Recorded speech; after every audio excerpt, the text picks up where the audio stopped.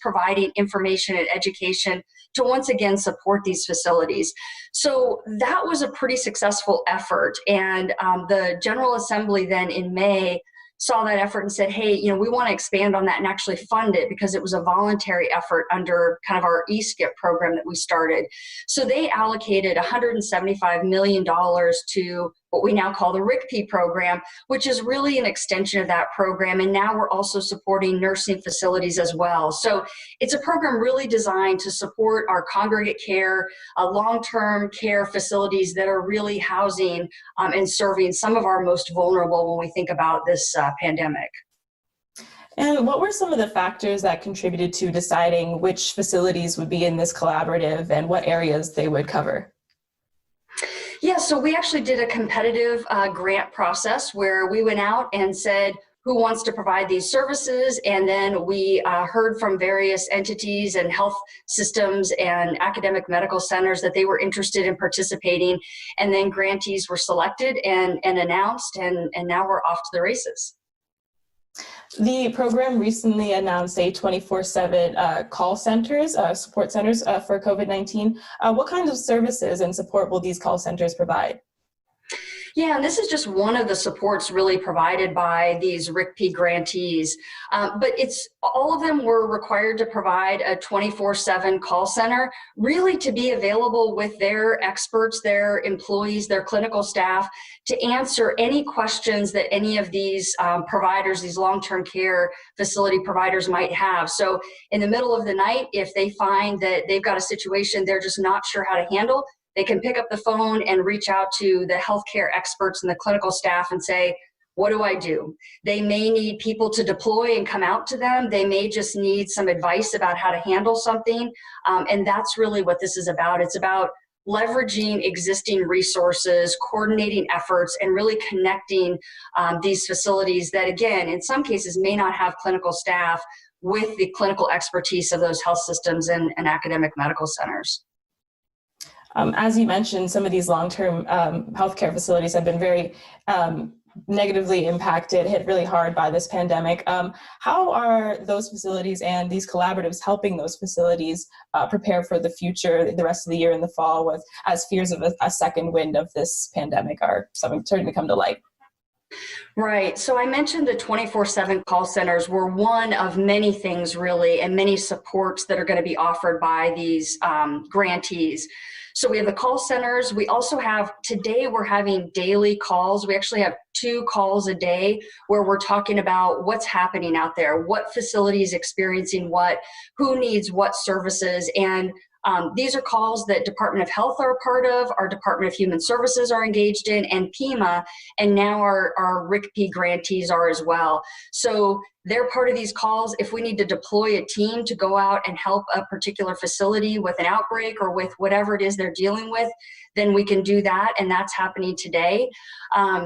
We also, the Secretary of Health issued back in June a universal testing order. So all of these long-term care facilities have to complete a baseline universal testing by the end of August. And that's a tall order for some of these facilities, and some of them are struggling to figure out how they're going to meet that requirement. But that's been one of the big pushes with these grantees, is getting them set up to help these facilities meet that requirement. So they're already engaging in assistance to make sure these facilities can complete that testing. And that's doing asymptomatic testing as well. So we're not just testing people who have symptoms, we're testing all residents and staff.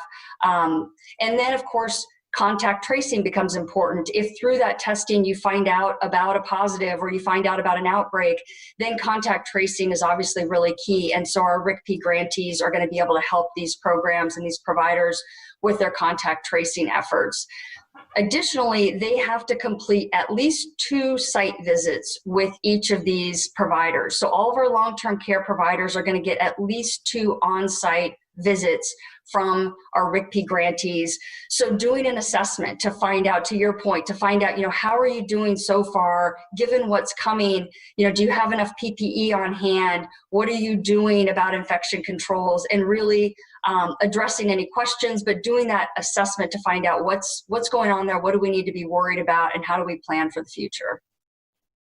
On the topic of planning for the future, beyond this collaborative project, what are yours and DHS's other main concerns or priorities moving forward towards, the fall and the end of the year?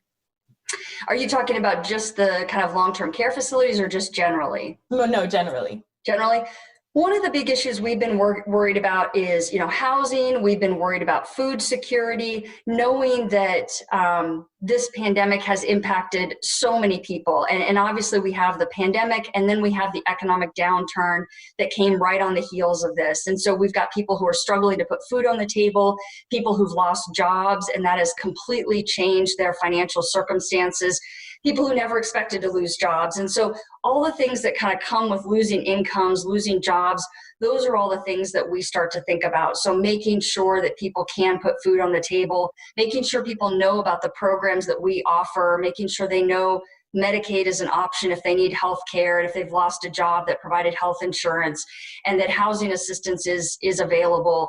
So we're trying to do everything we can to get the word out that help is available, particularly now that the unemployment compensation and the additional $600 a week is going away or has gone away. We know that's also going to be one more issue that families have to deal with. And for many of them, that was probably keeping them afloat and making sure that they could put food on the table and could pay their rent. With that going away, we've tried to get word out about assistance that's out there so that families can continue to pay their rent, put food on the table, and do what they need to do to help their families.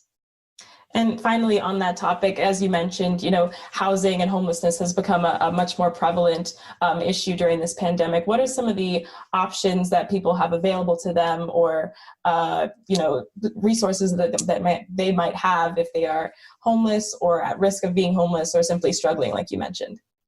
Absolutely. We issued a press release recently talking about funding that we had available through the CARES Act that we allocated to counties' homeless assistance programs. There was $10 million that we allocated to these programs, and that's to help people with rental assistance. It's to help with emergency shelter, with supporting housing services and case management services. So anyone who's at risk of homelessness, I would encourage them to contact their county housing assistance program to see about resources that are available there. Additionally, the Pennsylvania Housing Finance Agency, or PHFA, they're also offering housing-related financial assistance in the form of rental assistance and mortgage assistance. So if someone just needs help, they lost their job back in March, or they've lost 30% or more of their annual income since March, I would encourage them to go to PHFA's website. It's www.phfa.org, and they can learn more about rental assistance and mortgage assistance that's available. Awesome. All right, Secretary Teresa Miller of Pennsylvania's Department of Human Services, thank you so much for your time. Thanks so much for having me.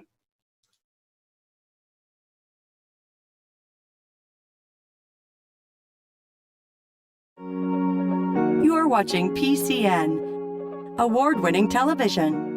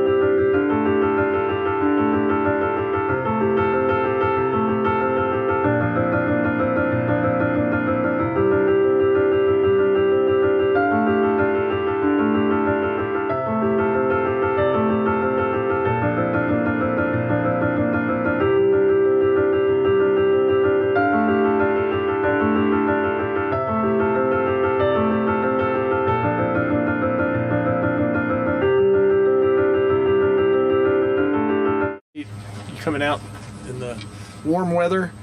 I think this is an important event. So 1 week ago, I announced that 4,933 Pennsylvania small businesses will share $96 million in state grants to assist with COVID-19 expenses and lost revenues.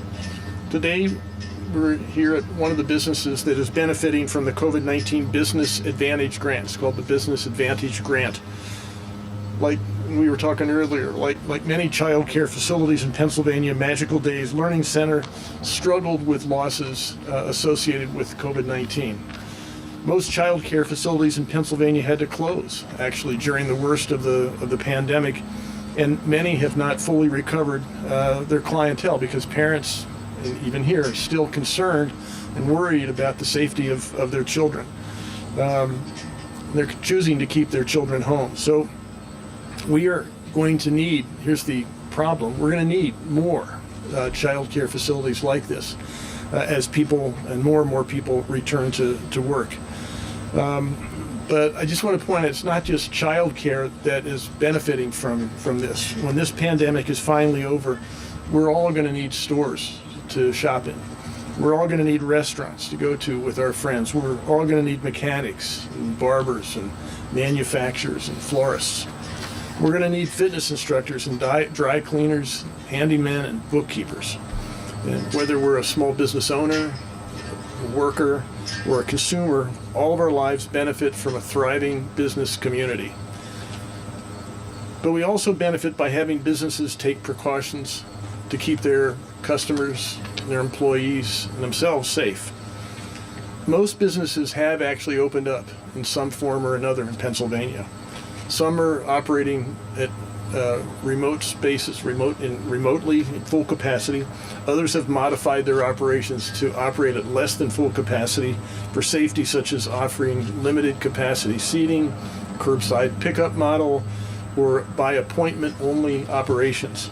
Our Department of Health has been working with the Department of Community and Economic Development, you'll hear from Neil in just a minute, to produce guidance and answer questions that help businesses ramp up operations while protecting the health and safety of their workers and their customers. This round of grants supported businesses in every county in Pennsylvania, a lot of them right here in York County. And 51% of the grants were awarded to historically disadvantaged businesses. And that figure includes Black-owned businesses like the Magical Days Learning Center. The application period for a second round of funding is actually now open, and more information about applying can be found on the Department of Community and Economic Development's website. Neil, you're going to be talking about that.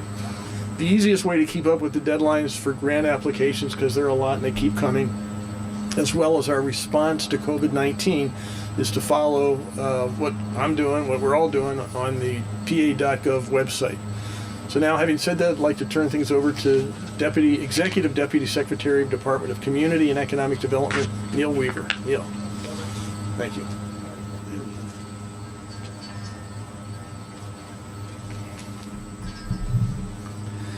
Good afternoon.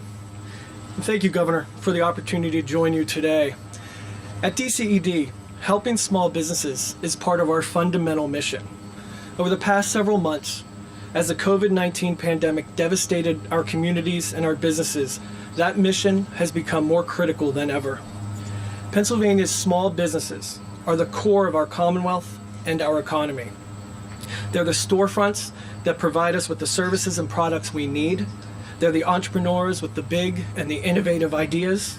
And, like Magical Days Learning Center, they're the caretakers and providers. And most importantly, they're our friends, families, and neighbors. But over the past 5 months, our small businesses have struggled. Many closed their doors to keep their customers and employees safe. Others who were able to remain open saw only a fraction of foot traffic and sales before the pandemic. Like many of us, they worried about what the future would hold. But despite those worries and struggles, they did their part to protect their communities. We are indebted to them for their sacrifices, and I'm happy to see the first round of funding through the COVID-19 Small Business Assistance Program making its way to those businesses that need it most. Businesses like Magical Days Care Learning Center play a critical role in our communities. Not only do we entrust them with the care of our children, but they also keep Pennsylvania's economy moving forward. The disruption they faced at the hands of the COVID-19 pandemic affected us all. There are so many businesses like Magical Days Learning Center across the Commonwealth, minority-owned and women-owned businesses that provide an invaluable service to us.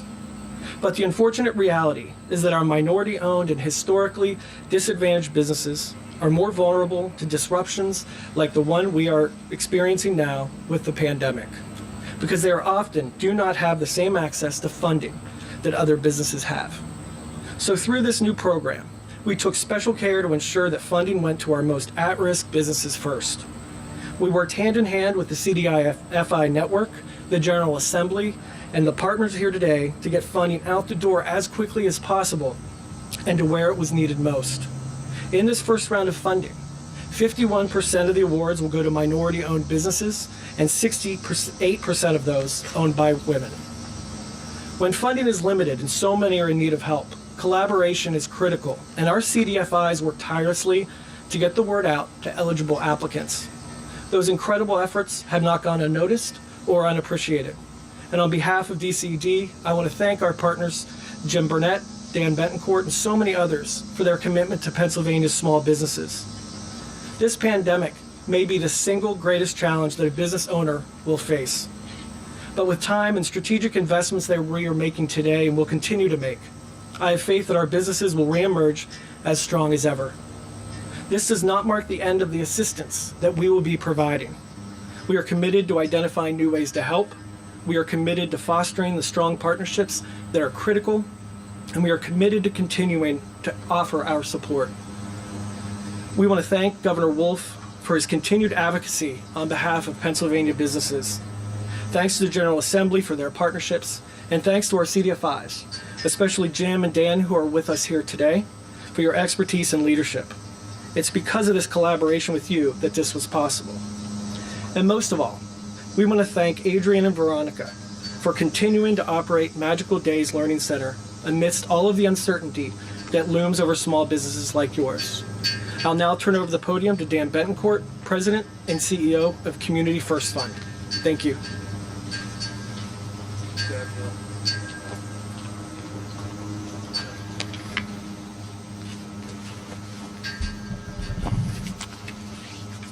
Good afternoon.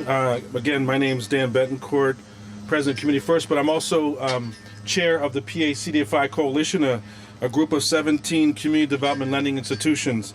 Adrian and Veronica are clients of ours, so it's coincidental that we're here today to award that grant to you on behalf of the governor. So on behalf of the network, let me just share a couple thoughts with you today. We came together with DCED Secretary Davin and Executive Secretary Neil Weaver to put a program together to help businesses that were struggling to survive because of the pandemic. We're deeply grateful to the governor, Governor Wolf, who put this in the budget so that we, and working with the PA legislature, so that we can quickly get resources to businesses like Adrienne and Veronica, to get resources in the hands of those impacted by the crisis. This program was created because we were aware that early stimulus dollars through the SBA were not reaching small businesses across the Commonwealth. So we worked with the legislature and the governor to make sure that we can get federal dollars down to the local level. We know that the inequities that existed before the pandemic were only amplified to the most vulnerable businesses in Pennsylvania, particularly businesses owned by people of color. We know that most of the federal dollars did not reach our hair salons, our bakeries, our mechanic shops, our daycare centers, and our retail businesses. So at the outset of this program, we, the CDFIs, along with the state, pledged that we would reach the businesses that were hardest hit, those that were left out, left behind from other efforts. To be eligible, you had to have sales of less than $1 million or less than 25 employees, and the grants were between $5,000 and $50,000. And we intentionally targeted these funds to reach the smallest and the most vulnerable businesses across the state. And the CDFIs, or community loan funds in your community, we were able to mobilize our networks to hear this. We had an overwhelming response with 50,000 applications and almost $1 billion in requests, or 865 million to be exact. Neil, that was beyond any of our expectations, wasn't it? So today, as been said by the governor, we funded $96 million in the first round, and for 5,000 small businesses, and these are grants. To quote Senator Hughes, not loans, these are grants. And we funded all 67 counties across the Commonwealth. The average grant was $20,000. So again, as was mentioned by Neil, 2/3 of the businesses granted were women. 95% of the grants went to the hardest hit industries like retail, restaurants, hair salons, barbershops, daycare centers, wellness centers, etc. And as was mentioned by the governor, the second round is opened up about a week ago. It was opened up on August the 10th, and it will be open through the end of the month. It'll be open through August the 28th at midnight. So if you haven't applied, please apply. If you already applied in the first round, you don't have to reapply. You will automatically be considered in the next round. And some of the high priorities that's been mentioned, we're focused on low to moderate income communities, low to moderate income household as far as income, and the industries that we talked about, retail, restaurants, and others that have been hit the hardest. And again, I want to personally thank Governor Wolf, Neil Weaver, Secretary Davin, and others, Senators Hughes, Blake, and Senator Costa, for delivering this lifeline to Pennsylvania small business. Thank you, Governor. We appreciate it. Thank you. And now I'm here to introduce, we're here for a reason, and the owners of Magical, and that's Veronica, and also her sister, Adrienne, if I said that right. Thank you. Come on up and tell us the good news. Thank you.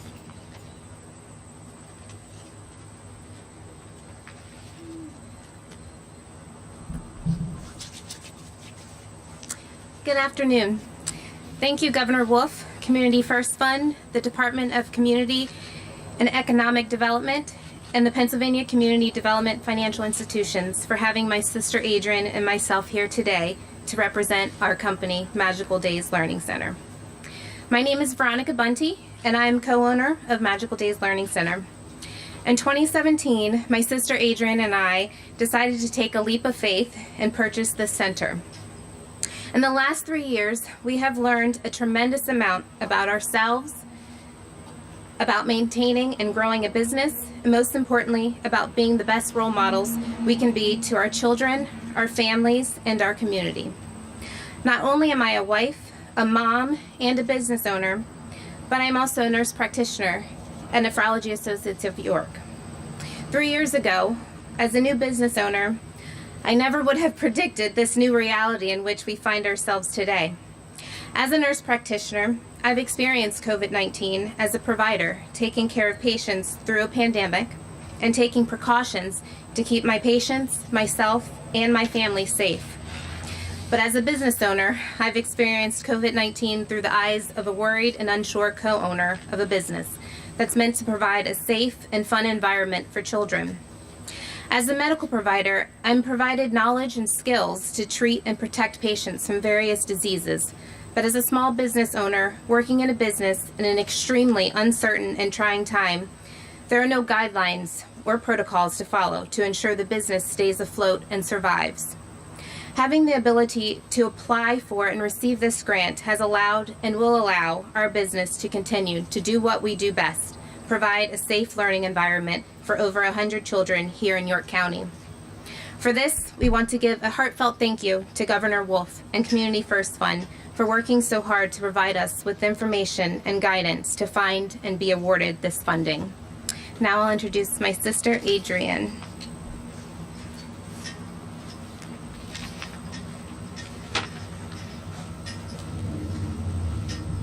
Hello, my name is Adrienne Davis, and I am the co-owner of Magical Days Learning Center. I have been an entrepreneur most of my adult life. I started my first business alongside my parents when I was just 17 years old. And since the start of that business, I've had the pleasure of starting 2 successful businesses in the state of Pennsylvania. In addition to being an entrepreneur, I'm also a certified welder and a medical technician. My love for community and wanting the best for the children within that community is the reason why my sister and I bought this daycare. We believe that if we can make an impact on a child's life during the most important developmental years, the possibility for that child is endless. I truly believe that small businesses like ours and the millions of other small businesses in America are the backbone of our society. I'm a mother, a sister, a daughter, and a mentor, and my mission in life is to make sure every child that walks through these doors are loved and are given all the necessary tools they need to do well in school and in life. Traditionally, small businesses, especially minority and female-owned establishments, have been overlooked for business capital and funding. This became very evident in March when businesses across the country began to close their doors at the height of the COVID-19 pandemic. We were faced with the realization that when these businesses would be able to safely reopen, we needed to have enough working capital to provide PPE and a safe work environment for our staff and for our children. Obtaining this funding to make this all possible has been an uphill battle that we were not prepared for. Through the help of Community First Fund, Jill Bollinger, who has always had our back from Community First Fund, we were able to secure funding. We recognize how trying and uncertain these times are, but we also recognize how important it is for all of us to take a moment and appreciate what we have been blessed to have. It has been an honor for us to serve our community and create a safe and inviting environment for all the children of York County. COVID-19 may have caught us all off guard, but together we will overcome this hurdle. Together we can continue to make York County an amazing place to live, and together we will succeed. Although COVID almost knocked us out, we had 2 weeks ago we had a flood that came through and wiped us out again. But we are resilient, and that will not stop us. We will start this up again because the kids of York County, they need us. The parents need us. And we also want to let all the parents in York County know that if you're choosing to send your kids to a virtual learning, you can bring your kids to our school and we will help them with their virtual learning so you're still able to work. We're all in this together, and as long as we stick together, we will fight through this pandemic and we will see a better day. Y'all have a wonderful day. Thank you, Governor Wolf, for everything that you've done. Really appreciate it. You're up.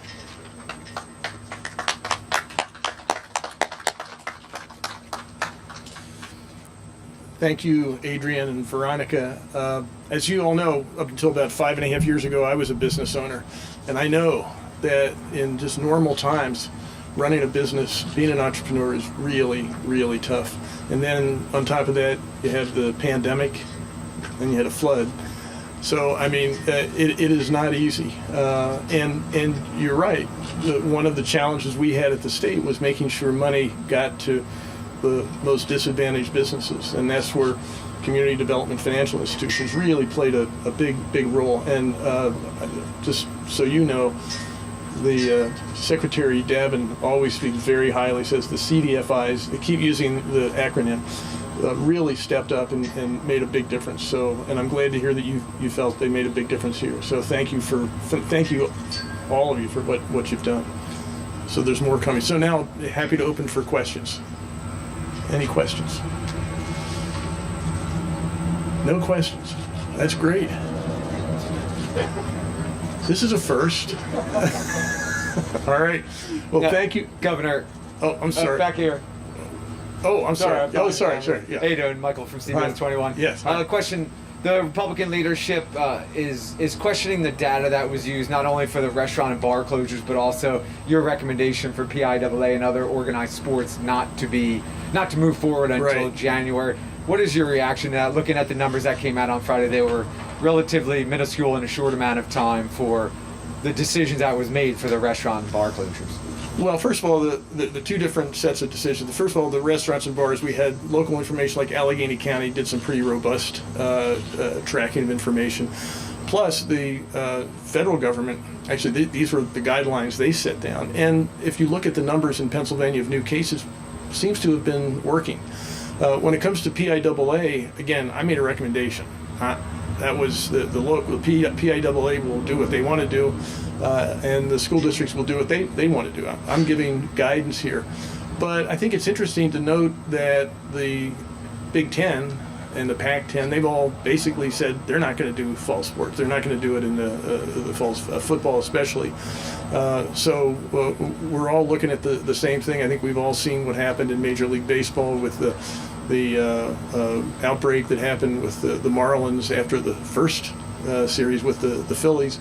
So I think there's enough out there to say, yeah, that would lead me, again, I'm a parent.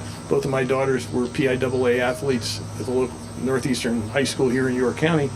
And if they were in school today, even in cross country, I'd say, I don't feel comfortable having you participate in sport. Again, what we're trying to do here is make it as clear as possible that our schools can open. That should be our priority for all Pennsylvania.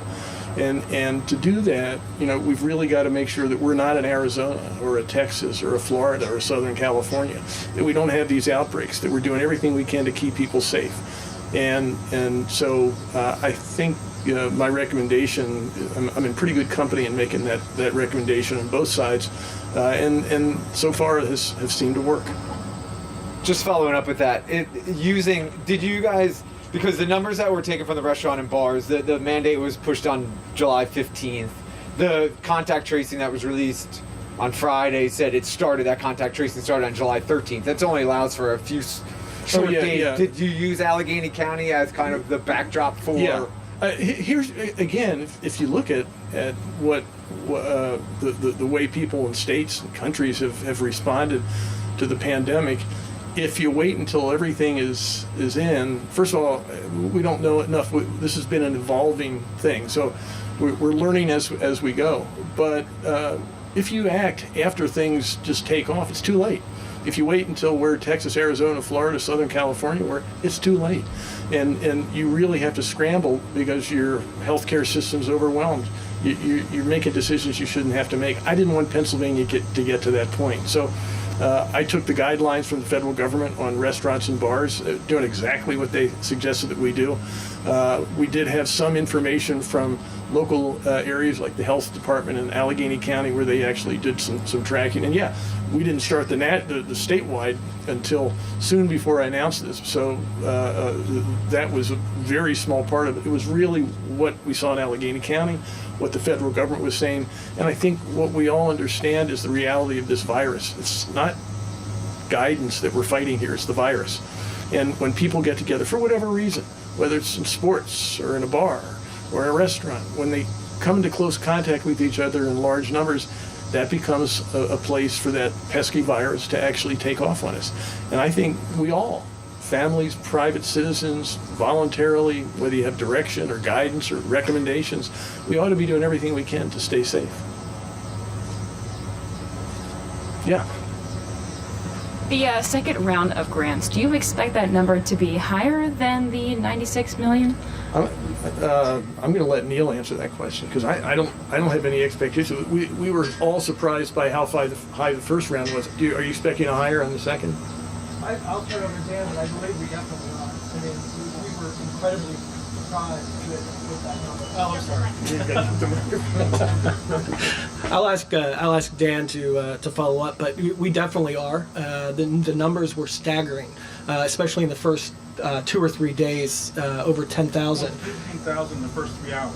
In the first 3 hours. So we're definitely expecting a huge increase the next round. Dan, do you want to follow up with anything? I think you answered.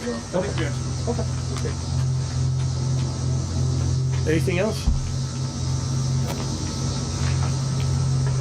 Governor, mail-in balloting has become a pretty hot topic across the country. Pennsylvania is kind of at the center of it. How do you approach this election, guaranteeing people that mail-in balloting is safe, and then that it's a good process to use to keep everyone safe, and then also have a proper election?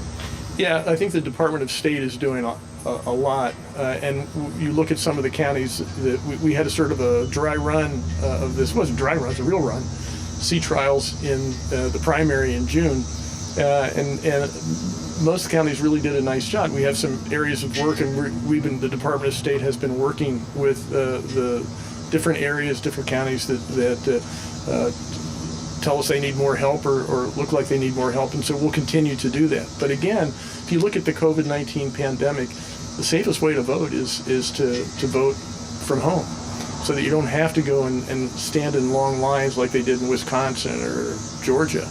That you can vote over that 50-day period. We have the longest period of time to vote in Pennsylvania of any state in the United States. To take your time and do it safely. So obviously the Act 77 was passed in a bipartisan way well before the COVID-19 pandemic hit, but it seems to me that it should have increased and will increase accessibility to the vote, which is what we all ought to be wanting, Republicans and Democrats, in a democracy. But it's especially a safe way to do it amidst this pandemic that we're going through. I think you'd be shocked to know that the president disagrees with you, maybe in a way. I mean, some of his thoughts on mail-in balloting are out there. How do you react to his thinking? Well, I mean, I understand he's against it, but yet he and his wife are voting by mail. I also heard his chief of staff yesterday complain about, he sort of changed the subject and said that Pennsylvania is sitting on $3.6 billion. That's not true. The $3.6 billion is the total CARES Act funding that came to Pennsylvania. We have reserved $1 billion, but $2.6 billion of that 3.6 has already been committed or is already out there. And so we have $1 billion that's sitting there, which I think is a very conservative way to look at this, because we don't know whether the federal government is going to support local, county, state governments in the next round, if there is a next round of CARES Act funding. So I think this is the prudent thing to do so that we can continue to be helpful to businesses and individuals who need support. We're down to $1 billion left. So I don't know how to answer that. I suspect that a number of people are scratching their heads as to exactly what the problem is. Last question. Bear with me. This is a Dennis Owens question here for you. There are some concerns that public schools are struggling to get bus to private and Catholic school students this year. Have you heard about these concerns, and what is the administration doing to fix the problem? I haven't heard about the specific concerns of the private schools, but obviously transportation is a concern across the board for education. How do you practice social distancing and get people into a school bus? I mean, you guys are facing the same problem. So it is a practical problem. We're working with the schools to figure out how we can help. There are a number of different possibilities: more buses, more trips, those kinds of things. But I think it's a real issue. I can't say that we have the final answer yet. Thank you, everyone. Okay, thanks a lot, everybody. Thank you.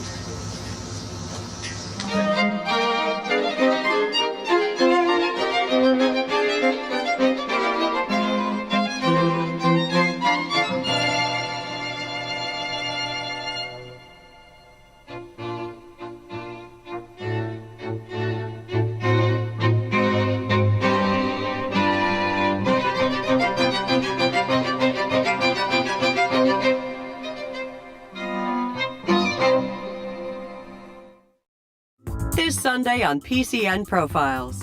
The issue of colorism, how we advance some people based on the shade and coloring of their skin.